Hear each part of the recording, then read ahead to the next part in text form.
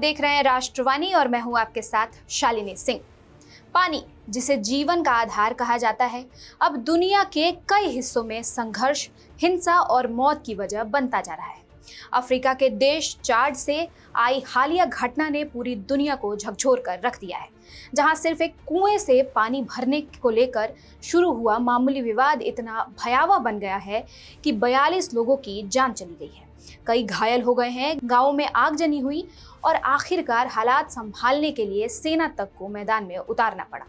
यह घटना अप्रैल 2026 के अंतिम दिनों में चाड के पूर्वी क्षेत्र वादी फिरा प्रांत के इगोते गांव में हुई। शुरुआत में यह विवाद दो परिवारों के बीच पानी भरने को लेकर हुआ था। दोनों परिवार एक ही कुएं से पानी लेना चाहते थे, लेकिन मामूली बहस देखते ही देखते सामुदायिक संघर्ष में बदल गई। जल्द ही यह झगड़ा पड़ोसी गांवों और अलग अलग समुदायों तक फैल गया। बदले की कार्रवाई शुरू हुई, गांवों में हमले हुए, घर जलाए गए और हिंसा ने भयावह रूप ले लिया। स्थिति इतनी गंभीर हो गई कि चाड सरकार को सेना तैनात करनी पड़ी। सेना ने क्षेत्र में पहुंचकर हालात पर नियंत्रण किया। इसके बाद देश के उप प्रधानमंत्री लिमाने मोहम्मद स्वयं प्रभावित क्षेत्र में पहुंचे और हालात का जायजा लिया। हालांकि सरकार ने स्थिति को नियंत्रित बताया, लेकिन 42 मौतें इस बात का स्पष्ट संकेत है कि चाड में जेल संकट अब सामाजिक स्थिरता और खूनी संघर्ष का कारण बन चुका है। दरअसल चाड दुनिया के उन देशों में शामिल है जहां पानी की सबसे गंभीर कमी है। इसका बड़ा हिस्सा सहारा रेगिस्तान के किनारे स्थित है, जहां वर्षा बेहद कम होती है और मौसम अनिश्चित रहता है।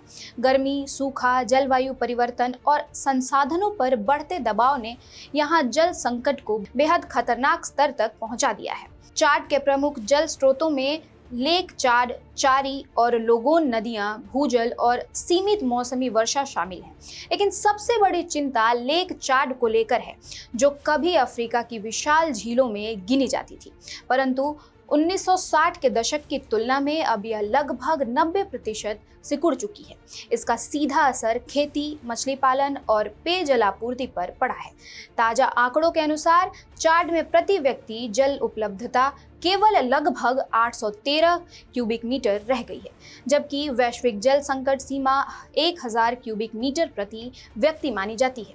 यानी चाड गंभीर जल अभाव की स्थिति से नीचे जा चुका है। वहीं बड़ी आबादी को स्वच्छ पेयजल उपलब्ध नहीं है, जिसके कारण लोगों को कई किलोमीटर दूर से पानी लाना पड़ता है या दूषित जल का उपयोग करना पड़ता है। विशेषज्ञों का मानना है कि बढ़ती आबादी, पुरानी सिंचाई व्यवस्था, जलवायु परिवर्तन और सीमित संसाधनों के कारण चाड में पानी को लेकर संघर्ष और बढ़ सकते हैं। पूर्वी चाड में सूडान आए शरणार्थियों की बड़ी संख्या भी जल स्रोतों पर अतिरिक्त दबाव बना रही। यह घटना केवल चाड की समस्या नहीं, बल्कि पूरी दुनिया के लिए चेतावनी है।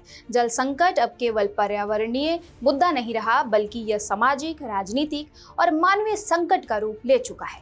जब जीवन की सबसे बुनियादी जरूरत ही दुर्लभ हो जाए, तो संघर्ष अपरिहार्य हो जाते हैं। भारत जैसे देशों के लिए भी यह गंभीर संदेश है कि यदि जल संरक्षण, वर्षा जल संचयन, भूजल प्रबंधन और जल नीति पर समय रहते ठोस कदम नहीं उठाए गए, तो भविष्य में ऐसी परिस्थितियां कहीं भी पैदा हो सकती हैं।